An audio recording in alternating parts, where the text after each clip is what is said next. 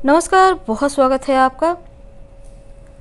21 जून को गुरु और राहु का चांडाल दोष भंग होने जा रहा है। तो आप वृषभ वालों, आपके जीवन पर इस चांडाल दोष के भंग होने से क्या कुछ राहत मिलेगी और क्या प्रभाव पड़ेगा, चलिए जानते हैं विस्तार से। वीडियो के अंत तक बने रहिए और यह प्रेडिक्शन चंद्र राशि पर आधारित है। तो वैदिक ज्योतिष में देवगुरु बृहस्पति को सबसे शुभ ग्रह माना गया है और देवगुरु के प्रभाव से ही व्यक्ति को सुख, समृद्धि, ज्ञान, तरक्की मिलती है और गुरु के शुभ प्रभावों को ग्रहण लगाता है राहु। तो अभी तक राहु और गुरु अश्विनी नक्षत्र में विराजमान थे और इस वजह से गुरु चांडाल योग का निर्माण हो रहा था। ज्योतिष में इस योग को बहुत अशुभ माना गया है क्योंकि इस योग के कारण गुरु के प्रभावों में कमी आ जाती है।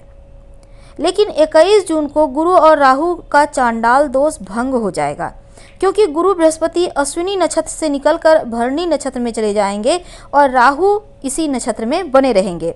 तो गुरु के नक्षत्र परिवर्तन से चांडाल दोष भंग हो जाएगा और गुरु शुभ फल देने की स्थिति में आ जाएंगे। तो जब ये योग भंग होगा तब आप वृषभ वालों के जीवन पर इसका क्या प्रभाव पड़ेगा, चलिए जानते हैं विस्तार से। देखिए, आपके लिए 12वें भाव में है गुरु।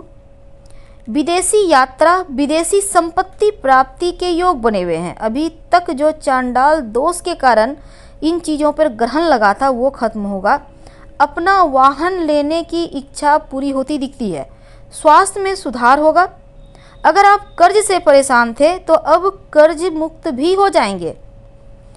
वास्तु गुप्त विज्ञान को सीखने का ये वक्त बढ़िया है। आपके लिए ये वक्त एक नई विद्या को सीखने के लिए सर्वोत्तम है, इसलिए अगर आप कुछ सीखना चाहते हैं तो उत्तम है।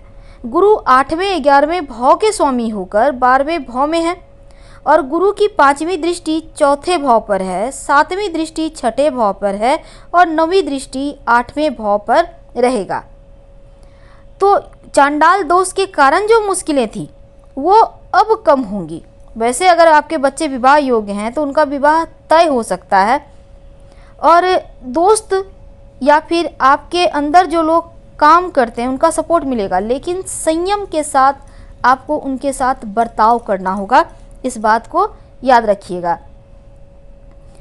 तो इसमें जो खराब स्थिति चल रही थी उसमें सुधार होगा। बुद्धि आपकी शांत रहेगी। तो आपके 8वें 11वें भाव पर बृहस्पति का शासन है और 12वें भाव में रहने से जो हानि का भाव है, लंबी दूरी की यात्रा को दर्शाता है। तो 8वें भाव पर जब गुरु के ऊपर से चांडाल दोष समाप्त हो जाएगा तो पूरी तरह से गुरु अपना प्रभाव डालेंगे। तो धन लाभ के नए स्रोत तो देंगे ही और आकस्मिक रूप से लाभ भी करवाएंगे। खासकर पैतृक संपत्ति से फायदा होने के योग बनते हैं। देवगुरु बृहस्पति के 12वें भाव में होने से आपको धन हानि भी हो सकती है कुछ मामलों में, लेकिन कुछ मामलों में आकस्मिक धन लाभ भी होने के योग है। 11वें भाव के स्वामी हैं, 12वें भाव में है, तो धन लाभ और हानि दोनों है, यानी धन तो कमाएंगे पर बचाने के लिए आपको मेहनत करना होगा। करियर की बात करें तो आपके कार्यों से संतुष्टि आपको नहीं मिलेगी। आपको लगेगा कि आप सही तरीके से या तो कार्य नहीं कर पा रहे या कार्य का पूरा फल नहीं मिल पा रहा। हालांकि लापरवाही नहीं करना है, धन के मामलों में सावधान रहना है आपको। प्रेम संबंधों की बात करें तो हल्के से उतार चढ़ाव है क्योंकि आपसी समझ, आपसी जो एक दूसरे पर भरोसा है वो कम होने से थोड़ी सी आपके अंदर बदलाव आ सकते हैं। तो ऐसे में अच्छा सोचिए और रिश्तों को बेहतर कीजिए।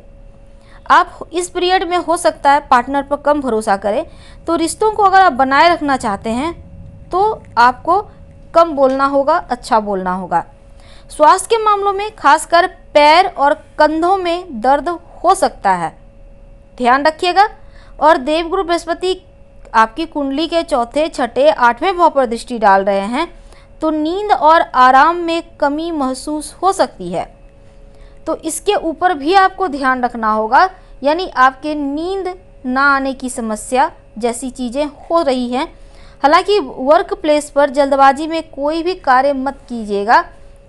साथ ही जो विद्यार्थी हैं, कड़ी मेहनत की आवश्यकता है। मेहनत से सफलता मिलेगी। धन्यवाद। हम फिर मिलेंगे। पसंद आए तो लाइक कर सब्सक्राइब करें।